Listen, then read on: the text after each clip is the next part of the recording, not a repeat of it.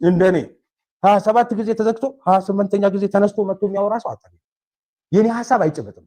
ጨብጠህ አትይዘውም፣ ይዘህ አትሸመቅቀውም፣ ከዛ አታቆመው። አንድ ብዘጋኝ አታቆመው። ለምን ሐሳብ ነው እኔ ጋር ያለው። ይኸውልህ የልቤን ውስጥ ያለውን እውነቱን ለሀገሬ ይጠቅማል ያልኩትን ነገር ድንቁ አድርጌ ተናግሬው ያን ነገር አፍርጨው ከዛስ ፍርድ ቤትና ፖሊስና ዳኛ ውጣ ከሳሽና መከራዬን ስበላው አለ። እሱ ይሻለኛል፣ እሱ መቀበል ይቀለኛል። በነገራችሁ ላይ ወንጀል የሰራ ሰው ይከሰሳል። መክሰስ ከፈለክ ከሰሰኝ፣ ያኔ ሟገታለሁ። ወንጀል ሰርቻለሁ፣ አልሰራው፣ ተከሰሻለሁ፣ አልተከሰስኩም። ምስክር ነው የጠራችሁኝ አይደለም። እናንተ ስለጠራችሁኝ የግድ ታፍኜ ታስሬ መቅረብ አለብኝ የለብኝም። ቆይ እንደዚህ አሁን እናንተ የለያዝ መሰረት የምታወሩ ዋልስ ዋያለው የምትከሱት የሁሉ ጫጫታ የምታሰሱ ምን ልታረጉ ነው? ተሰጥብ ይዛ ፍርድ ቤት ችሎት ማለት ምን ልታረጉ ነው? ግራ ገባ። እስር ቤት ሲገቡ ድረስ ተከታያቸዋለሁ፣ ችሎታቸውን እከታተላለሁ። አሁንም ቢሆን እኔ አይደለሁም ያልኩት፣ አቃቢ ሕግ ባቀረበው ክስ መሰረት የ1100 ሰዎች ህይወት እንዲጠፋ ምክንያት ሆነው ተጠያቂ ሆነዋል አይደል? ይሄ ክሱ ነው የሚለው። ስራቸው አውጣቸው፣ ፍርድ ቤት ማስረጃቸው ቀርቦ ምስክር ቀርቦ ይፈረድባቸው። ነፃም ከተባሉ ነፃ ይባሉ። ማቀው ግን ሳይከሰሱ በፊት የተናገሩት የሚያደርጉት ነገር ይሄን ችግር ያመጣል፣ ይሄን ጉዳት ያስከተላል፣ ህዝብ ታስፈጃላችሁ ይባል ሆነዋል። እኔ ዮሐንስ ዋያለው እዛ ፍርድ ቤት ቀርቦ እኔ የመንግስት ተከፋይ ነው ሲለኝ ያስከስሰዋል። እኔ ተከፋይ አይደለሁ። መንግስት በቃ መድቦለት የሚሄድ ሲል ያስከስሰዋል። በውሸት ነው ቃል እዛ ምስክር ሰጠው። እኔ ከሱ ጋር መቼ ስራ አጣሁ? እኔ ስራ አለኝ፣ እሱ እስረኛ ነው። እዚህ ቀደም ዮሐንስ ዋያለው ጋር ሄዶ ሲከሰኝ የከሰሰኝ የሽጥላ አበበ የሚባል ዳኛ ወዳጁ ነው። ከሱ ጋር ሄዶ ተመካክሮ እንደሆነ አውቃለሁ። ይሄኛው ዳኛ የሽጥላ የሚባለው ያኔ ልባር እኔን ከሱ ከሐዲስ ጋር ከሱ በጥጋብ ስንት ነገር እያለ እየሰደበኝ ጭምር ከቀጣይ ከወሰደ 100 ሺህ ብር ቀጥቻለሁ ብሎ ካለ በኋላ እባክሽ ውሳኔ ስጠኝ ብዬ ጠይቀዋለሁ። አልሰጠም ብሎ አልጠፋም ያደኝ ያ የጠፋ ዳኛ እዚህ መጥቶ ገብቷል ብሎ ዮሐንስ ዋያለው በዛ በጽሁፋ ሲጠቁመኝ እሪ ብዬ እነሳለሁ። ማላይ ለማሳረፈው ዱላው አዲስ ያለው ፈይሳ የሚባለው ዳኛ ላይ አሁን ያለው ዳኛ አይመለከተውም። እኔ የኛው ዳኛ እዚህ ቢኖርም አላውቅም። አቶ ፈይሳ ላይ ደቡን አላውቅም። እኔ አወራሁት የሽጥላ አበበ ስለሚባለው ሰውዬ እና የተከበሩ ዳኛ እርሱን አይመለከትም። የእርሱን ስም በስተት ካጠፋው ታላቅ ይቅርታ ቀላል ሚጨቁኝ መጥቶ የሚያስፈራራኝ ሰው አልቀበልም። በጣም ነው የምጠላው፣ እጸየፋለሁ፣ ነው እላለሁ፣ አመጻለሁ። አመጽኩኝ። ማመጽ አይደለም ታገልኩኝ፣ መታገል አይደለም ስርዓት ለውጥ አመጣሁኝ። ብቻዬን አይደለም ከብዙ ጋር ግን ሚና የመሪነት ሚና በእውቀት ላይ የተመሰረተ ሚና ነበር ብዬ አይደለም ከብዙ ጋር ግን ሚና የመሪነት ሚና በእውቀት ላይ የተመሰረተ ሚና ነበር ብዬ አምናለሁ። ከዛስ ለውጥ መምራት ብቻ አይደለም፣ ለውጥ ማስቀጠል አለበት። መምራት ብቻ ምናምን ነገር ከተነሳ ከገባህበት እዛ ውስጥ ከገባህ መሪ ሆነ መሄድ አለብህ። የፖለቲካ መሪ ሆነ መቀጠል ነበር። ከፈለኩ የራስን ፓርቲ አቋቁሜ ያለዛም ኢህአዴግ ውስጥ ገብቼ ወይም ብልጽግና ሲመሰረት ፒፒ አባል ሆኜ ተው እንጂ ከነ አንቶኒ አልሻልም እንዴ? አንቶኒ ማን ነው? እግዚአብሔር የሚያውቀው። ከዛስ በዛ ሂደት ውስጥ እድለኛ ነኝ ብያለሁ። አንደኛ ያ የታገልኩለት አንድ የተገረፍኩለት ሁለት የተገረፍኩለት እኔ በጣም አንዳንዴ ሳስቡ ይገርም ሰዎች እናንተ እንደዋዛ ታዩታላችሁ። ሰዎች ዘጋዊ ነገር ሲቀባጥሩ አያቸዋለሁ። ምን እንዳሰቡ አውቃለሁ፣ ምን እንደሚያደርጉ አውቃለሁ። ከዛ ምን እንደሚያበሳጨኝና እዚህ ጋር መጥቼ እንደምናገር ያኔ የተገረፍኩበት ስርዓት እንደው የገረፈኝ ስርዓት መልሰው ለማምጣት ነው። ዘጋ በለውጥ ስም እኮ የሚያወሩላችሁ የማንም ደጋፊ ያልሆንም ነው።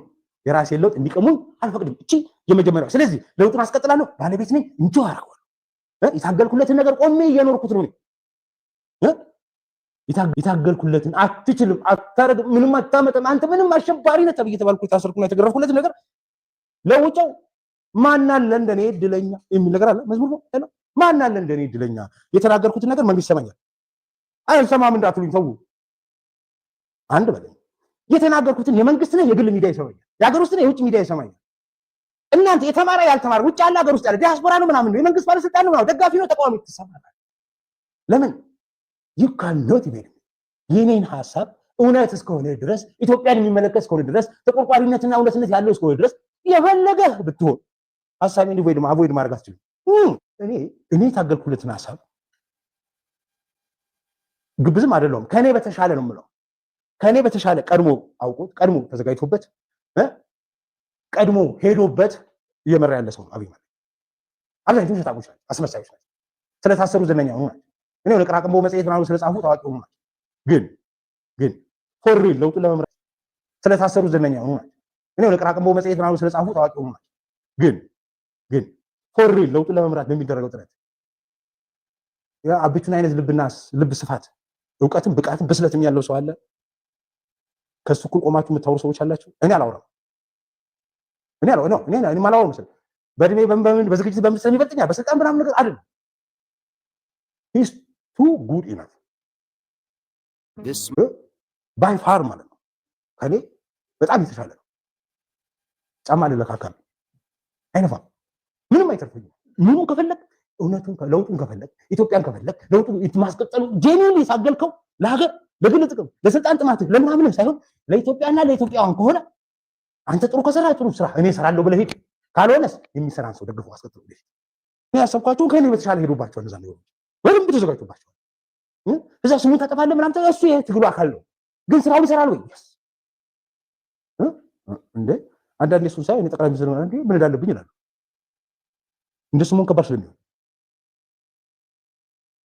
ሰልፍ መውጣት ይሄ እኮ የአንዱ የሰላማዊ ትግል ትልቅ እንትን ነውና መብት ነው ይሄን ነፍንም ከልክላ አትችልም ይሄ ማለት አንድ መውጫ ቀዳዳ የምታሳጣው ወይም መተንፈሻ የምታሳጣው ውሃ ወራጅ ውሃ ማለት ነውና ያው የሆነ እንትን ላይ ሲደርስ በትኖት ይወጣል ሁሉ አልበቃንም ደሞዝ ብሎ የሚወጣውን ሐኪም ለምን እንትን ትለዋለህ ስልጣን ላይ መቆየት የሚፈልግ ከሆነ አገርን አሳድጋለሁ ብሎ የረደፈውን ራዕይ አሳካለሁ የሚል ከሆነ የዜጎችን ድምፅ ይስማ ዜጎችን ማፈን ያቆም ማስፈራራት ያቆም ማንገላታት ያቆም ያፈኑ ወስዶ የማይታወቅ ቦታ ወርውሮ መደበቅ መሰወር ያቆም በአግባቡ የህዝብን ድምፅ ይስማ እናንተ ባላችሁበት ዓለም እኮ ውሃ ቀጠነ ብለው እኮ ይወጣሉ ፈረንጆች አይደል አንድም ሁለትም ሆኖ መፈክር ይዘው እኮ ይወጣሉ እናያለን እንዴ መቼ ነው እሱንኛ መቼ ነው ኤክሰርሳይዝ የምናደርገው ህገ መንግስቱ መቼ ነው የሚተገበረው የወረቀት አስደንጋጭ ነው ጴጥሮስ እሱን ስጥና እኔም አሁን ማምሻውን ከዛው ከከፍተኛ ፍርድ ቤት የደረሰ መረጃ አለ አንድ ሁለት ደቂቃ እንሄድበታለን ወንድማገኛው ለአራተኛ ጊዜ ችሎት እንዲቀርብ ተጠርቶ ችሎት ሳይቀርብ ቀርቷል በጣም በሚያስገርም ሁኔታ ስለ ችሎቱ እና ስለ ጠበቆቹ አሁንም ትንታኔ በዩቲዩብ ላይ ይሰጣል የፌደራል ፖሊስ ያለበትን አላወኩም ወይም ላውቅ አልችልም ይላል ምናልባት ዝርዝሩን መረጃውን አንተ ታቀርበዋለህ ወንድማገኝ ግን እኔ በጣም አግራሞትን የፈጠረብኝ ያለው በግልጽ በአደባባይ የምናውቀው አንድ ግለሰብ እኛ አሁን ይህንን መንግስት በቃ ሞቷል ተንኮታክቷል ማለት የፍትህ ስርዓቱ ተስፋ አስቆራጭ ነው ወድቋል ብለን ነው እየተቃወምን ያለ ነው በተለይ በዋነኛነት የፍትህ ስርዓቱን እናቶ ስዩምና በሱ ዙሪያ ያሉ ሰዎች ደግሞ ይሄ ስርዓት ጠንክሮ መውጣት አለበት ይሄ ስርዓት ለሀገሪቱ ብቸኛ ተስፋ ነው ይሄ ስርዓት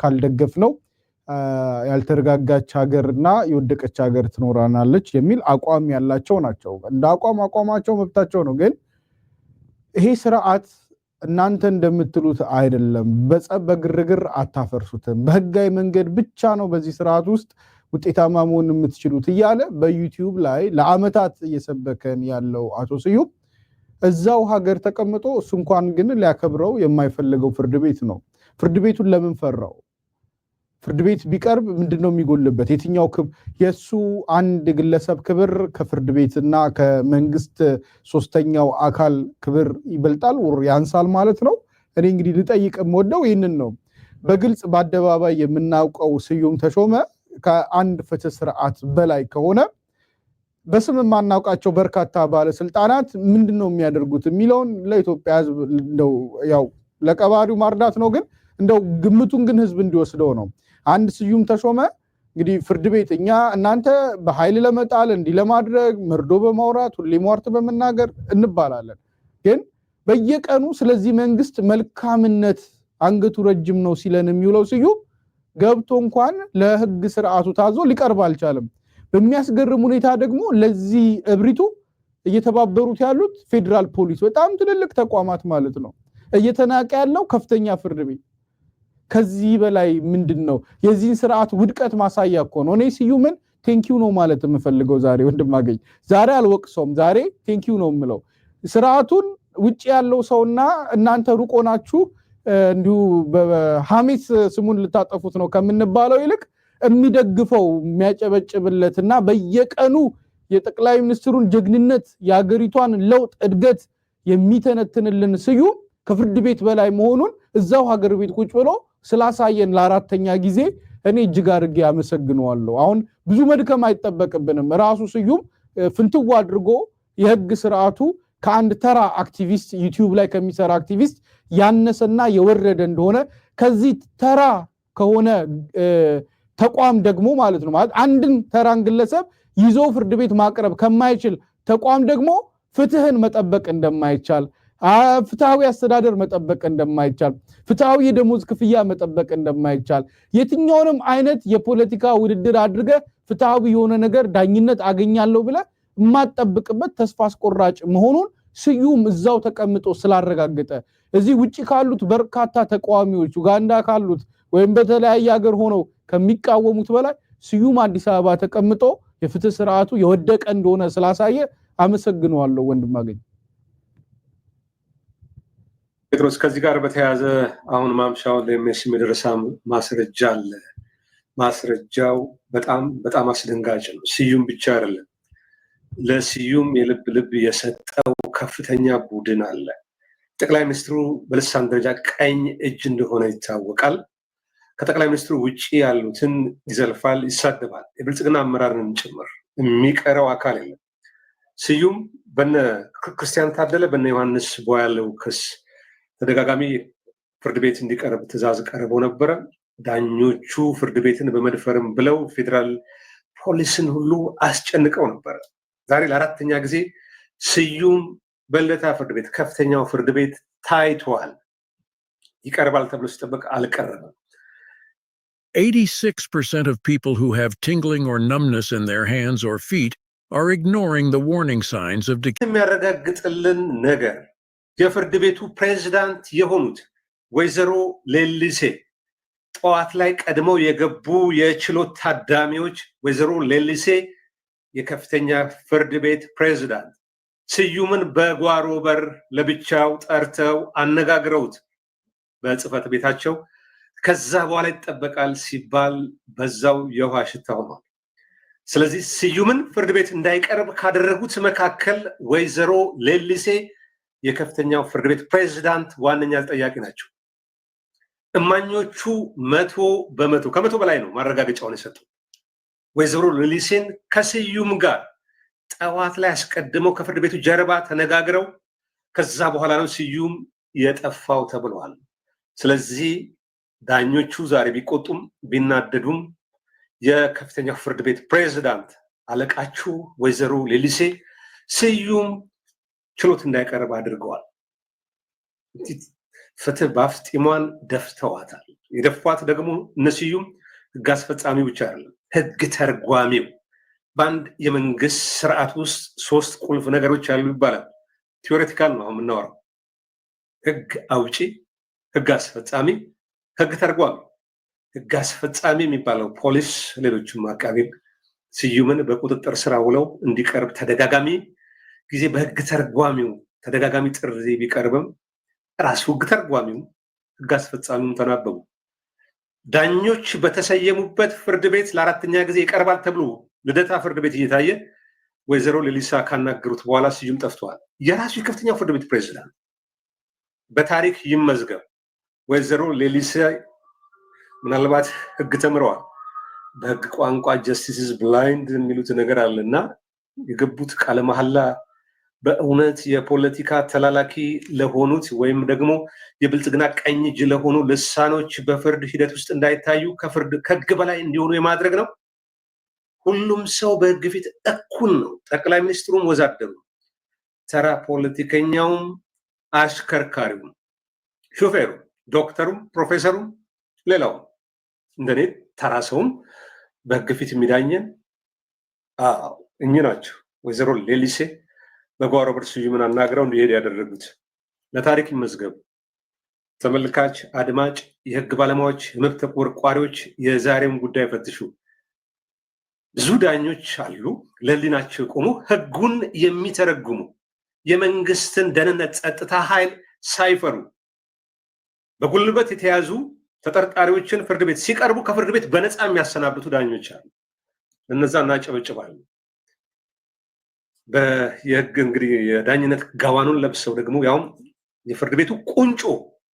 ፕሬዝዳንት ወይዘሮ ሌሊሴ እንግዲህ ከህግ በላይ የሆነውን ስዩምን የጠቅላይ ሚኒስትሩ ቀኝ እጅ የፕሮፓጋንዳ ልሳኔ የሆነውን ግለሰብ ፍርድ ቤት እንዳይቀርብ አድርገዋል። ነገ ምላሽ ይሰጡበታል። ይሄ ጊዜ አልፏል። ስሜታዊ ያደርጋል ጴጥሮስ።